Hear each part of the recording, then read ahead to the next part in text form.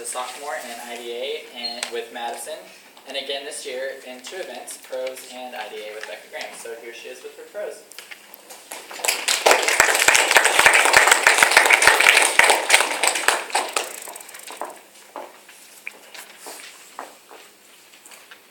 Death is inevitable.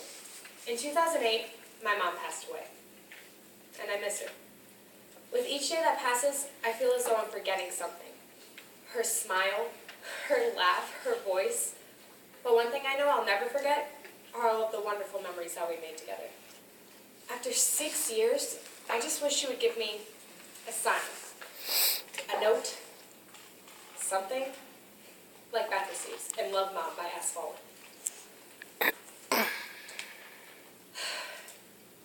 Standing in front of the dimly lit room, full of distant family and friends, all I could do was stare down, looking into the solid walnut casket that my mom now laid in. She looked so peaceful laying there, her hands folded together, wrapped in her beautiful crystal rosary, wearing her favorite suit. As I stood there looking down, everyone in the room was watching me, wondering what I would do, what I would say, and if they could hear me. I could hear their hushed voices asking one another, was she her only child, and does anybody know how she's holding up? I knelt down and placed my hand over my mom's cold ones. And I knew I had to say something.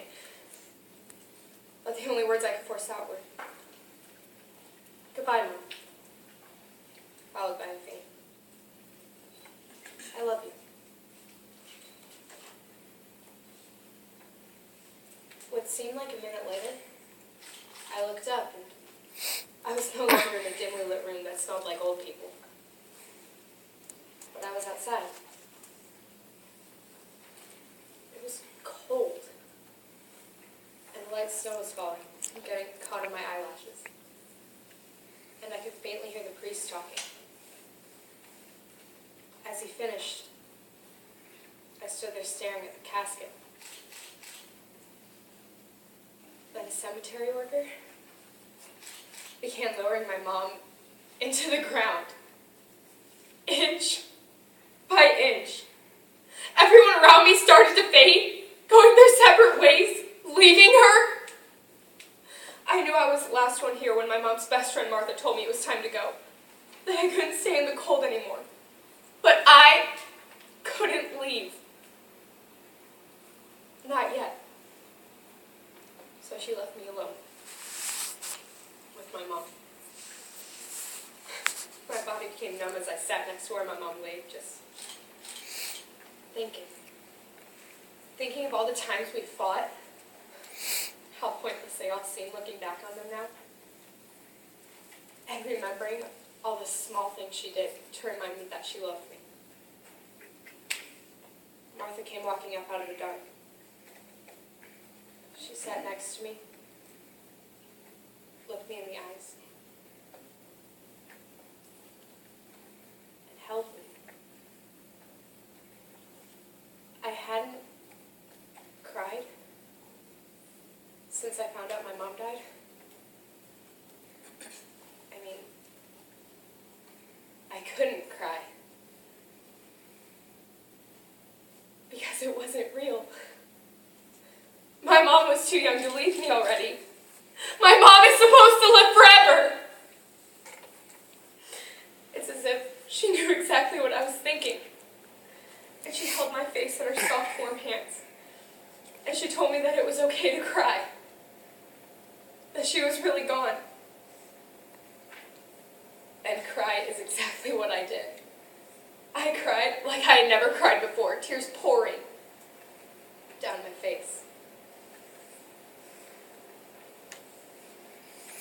As I stepped out of the cab in front of my apartment building, I realized I didn't remember any part of going to the airport, getting on a plane, and coming back here.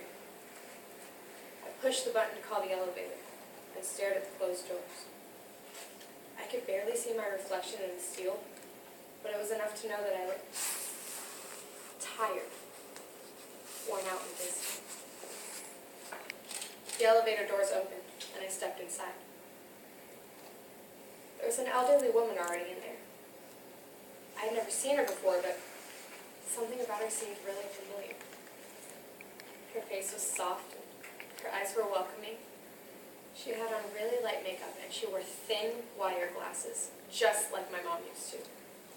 She glanced at me with a simple smile, then looked back towards the doors again. With a jolt, the elevator came to a stop. Realizing we were going to be stuck here for a while, I got as comfortable as possible. I sat down and stared at all the numbers on the buttons. Just then, I heard a faint little voice say, "Hi, my name is Millie. What's yours?"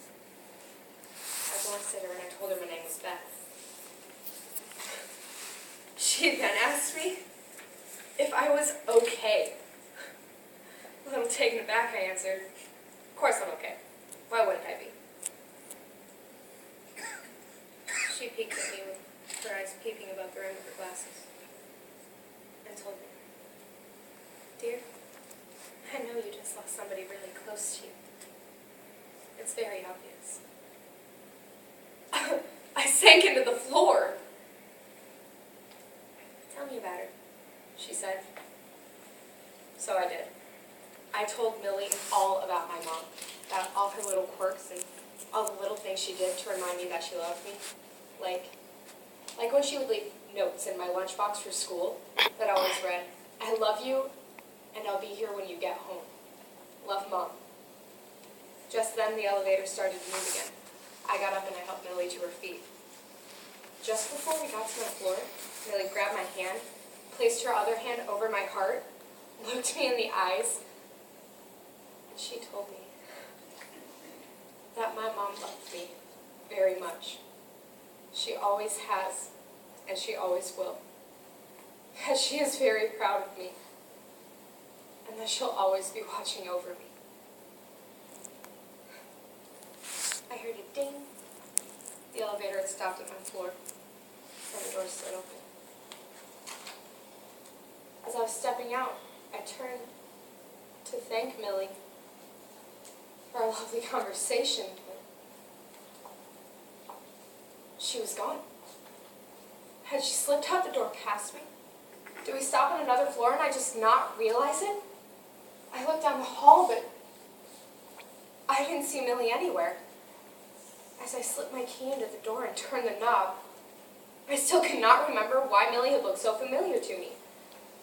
I lay down on the couch and stared up at the ceiling, wondering if it was possible or if I was just going crazy.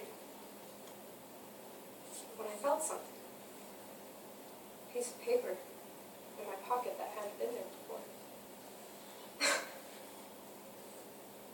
And on the piece of paper it read, "I love you, and I'll be here when you get home. Love, Mom."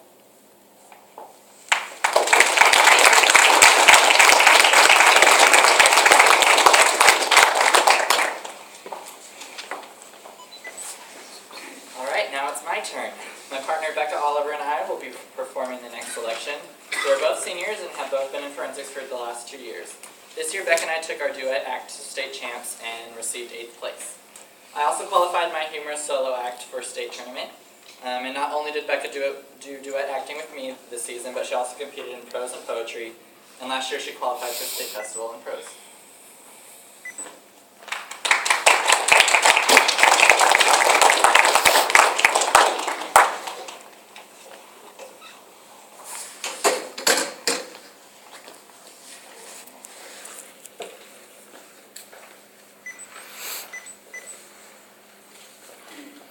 Hansel. And Gretel. A children's story, or so it may seem on the surface. But underneath, the implications are... They're mind-boggling. They're stupefying. And simply Open to interpretation by Ken Bradbury.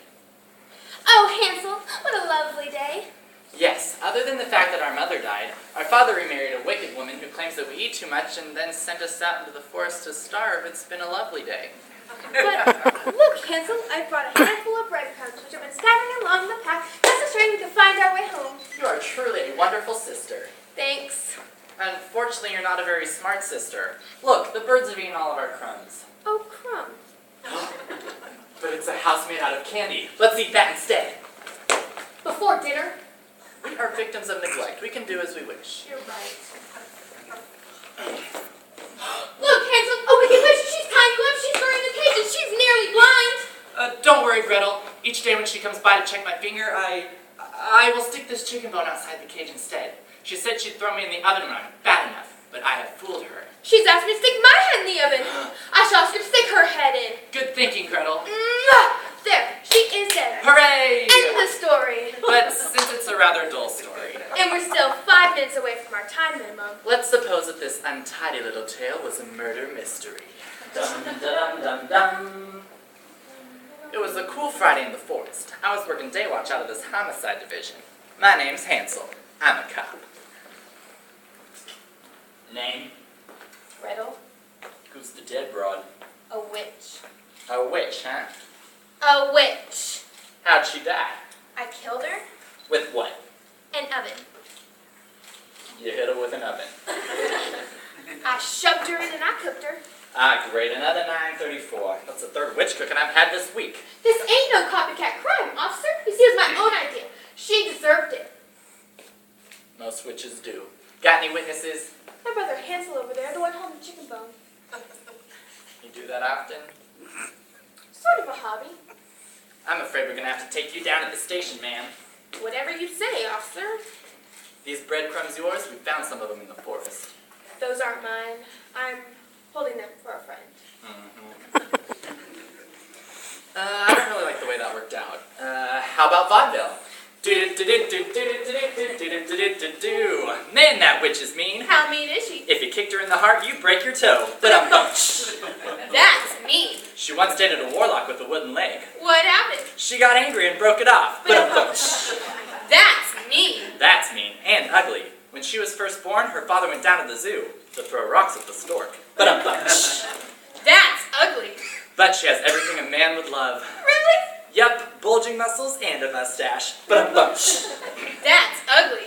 At least she's not two-faced. Really? If she had to, you'd think she'd wear that one. That's ugly. And rather tedious, don't you think? Quite. There's gotta be something else. Musical comedy. Oh, what a beautiful morning! The bird of paradise just stole my breath. That's not gonna work. Unless Yes. the soap opera. Previously on The Young and the Senseless. Gret, Yes, Hans. you killed her. But Dirk and Dana told me I could never trust you. she was going to kill you. No. As soon as I found out about Shannon's amnesia, and that I was truly her long-lost brother who had the facelift in New York, we were staying at Staff and Dayton's. It was Bar Shannon. Who told you that? Jill and Jared. And now look at Jessica. Now they're going to Abby and Bo. Do you mind if we stop this? I really hate it. Me too. There's got to be some other way. This is all so shallow. Meaningless. That's it. Meaning. We must go deeper. Deeper into the true meaning of the piece. Hansel, Yes, Gretel? that bread, Yeah? the bread that I scattered along the path, I don't know what came over me. It's like I wanted us to get lost. I understand. I understand. He feels threatened by me because I'm a woman. It's alright. I knew you would. I knew you would. There she goes, taking me for granted again.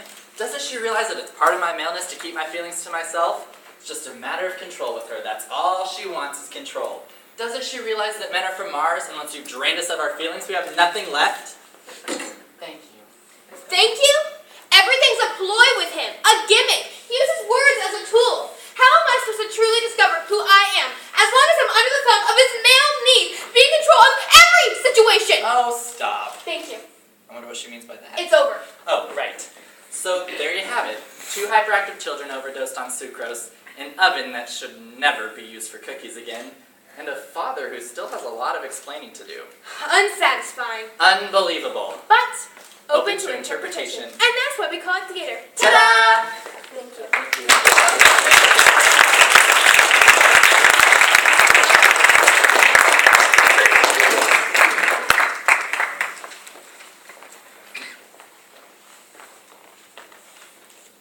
Senior Devin Trout has been in forensics all 4 years of high school, and out of those 4, he has been a state competitor in 3 of them, his sophomore through senior year. Devin's events are extemporaneous and informative speaking, and this year Devin placed 4th at state in extent.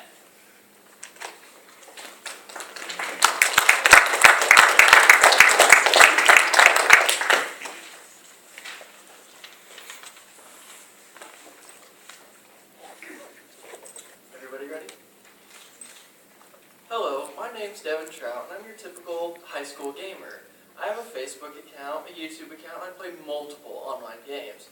So you could say I love to spend hours on the internet just surfing. What fascinates me is I've only scratched the tip of the internet iceberg. Today I'm going to talk to you about the dark web and the secrets that are hiding in its shadows. We can think of this as Charlotte's dirty web. Now the internet that, say, you and I use every single day via Google or Facebook is like a fisherman casting his net in the sea. While he may catch a bounty of fish, he's only skimming the top layer, and deep down in the depths below, there's sharks and even buried treasure. Now you may be thinking, how is this possible? When I use Google and I search for something on the web, it finds me everything relative to that search. Let's take cats for an example. You get thousands of pages with millions of hits, and nobody ever goes past the second page. Because, I mean, why bother? There's no reason.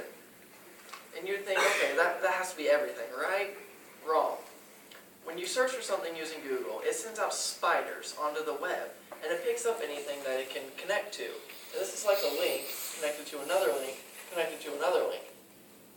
So as an example of this, let's use your Facebook account. You go on Google and you search your Facebook account. You type in your name in Facebook, it finds your account, anybody with the Facebook account that has the same name as you, the Facebook homepage, games that are on Facebook, ads that are on Facebook, and this is what gets you the millions of hits. Now, let's shift gears, and if you use the dark web instead of using Google. Now, the search browser that you would use instead of, say, Google is called Tor. That's T-O-R. Now, when you use Tor and you search for something, say, let's say, cats or anything in relative, it finds things that the Google spiders can't find. And these are things that are websites that have no external links. And so once you get onto it, you can't just go to a different page. You have to go back to the search engine. And then we have websites that have secret domain names. And so if you don't know the domain name and you're using Google, you can't find it. With the dark web, it finds it for you. And thirdly, it finds these websites that you have to have a secret logon and username to find, like military websites. Ones that if you don't use the logon and password, you can't get into it. You can't find these websites with Google, but with the dark web, it finds them for you.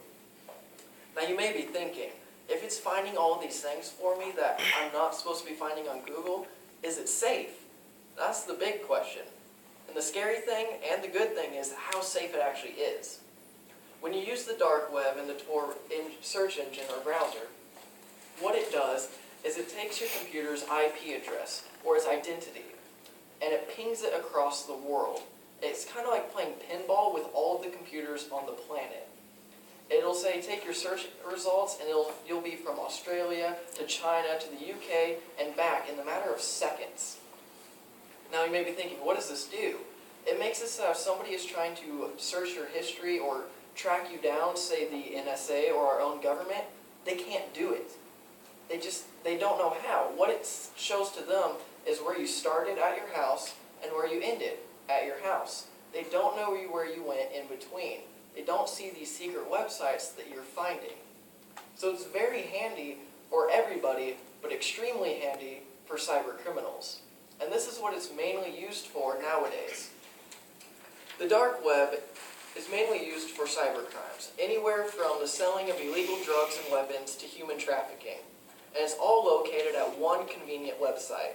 Yes, just one website, Silk Road. Now, a few months ago, Silk Road was shut down because the founder, Ross Ulbricht, was arrested. Now, we didn't know that because he was using the dark web and we can't, find him. But he was trying to use his website to hire an assassin because he thought somebody was hacking his website. Well, that assassin was an undercover FBI agent. So unlucky for Ross Ulbricht, he kind of threw himself in jail on that part. Now, about a month ago, the website was brought back up into its full intensity by two unnamed souls that are using the dark web to mask their identity and their history. So, the dark web and Silk Road are still running today, and everything that's bad is still happening. And if you don't believe me, go check it out. You can buy anything you want, but I don't recommend it. It's all illegal. Now, it didn't start out this way. While it is being used by cyber criminals, it was originally created by the Navy. Shocking, I know. But they needed somewhere to put their confidential information. Because if, say, a Navy ship goes down, or a military base gets burned down, and all those classified information files are lost, that would really hurt our country. So they needed somewhere to put it. But they can't just put it on Google, because let's say Area 51. If all the information for that was on Google, somebody's mind would explode. And I'm not joking, because what if there's aliens? I mean, come on, really? And so they had to put it somewhere. And so they created Tor. And that's where it was born. So now it's being used by cyber criminals. It was originally created by the Navy. What's the future for this place? And this is where the possibilities are endless. You may have heard in the news lately about the Bitcoin. It's very controversial. Everybody's arguing about it. Should we use it as a universal currency? And that's what it is. It's an electronic currency. But since it's not used worldwide, it's kind of like the stock exchange, really. Because right now, one Bitcoin is $468 US. Now don't worry, you don't have to buy a Bitcoin by a Bitcoin. You can buy like percentages or a tenth of a Bitcoin or stuff like that. But like I said, it's stock. About 3 months ago, it was about $150 US. And so you can see that it changes dramatically. And in March of 2014, it dropped down to zero. For one day, thousands of people lost millions of dollars. The very next day, $300 worth. It's pretty shocking. And you can see where this endless possibility is coming from. Should we use it? Can we use it? Right now, it's being used on the dark web for Silk Road. Because you can't use your credit card on the dark web, because that's giving out personal information when you're supposed to be anonymous and hidden. And so they use this Bitcoin to keep you anonymous and hidden, because you're not giving out your credit card information for some hacker to steal your identity, like is happening to millions of Americans every single year. And this is where the major possibility is coming from. Because if we can integrate the Bitcoin with the dark web for the American populace, we can buy anything we want, even a little sweater for your poodle, without getting your identity stolen. Because that's no fun. So now what do we have? Originated by the Navy, currently being used by cyber criminals, and the future possibility of the American populace of using the dark web and the Bitcoin. Because if you think about it, if, say, the NSA or the Big Brother is always looking over our shoulder and spying on us, wouldn't you want your private life a bit more private? Thank you.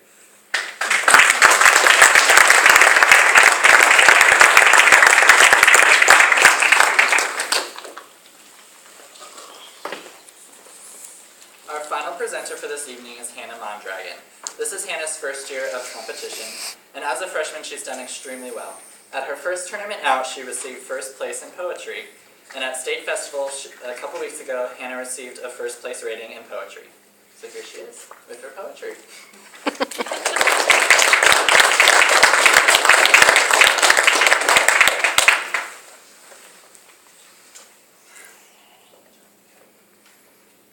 I bet if you wrote a list of all the things that you wanted to do in your entire life, that list would not be very long.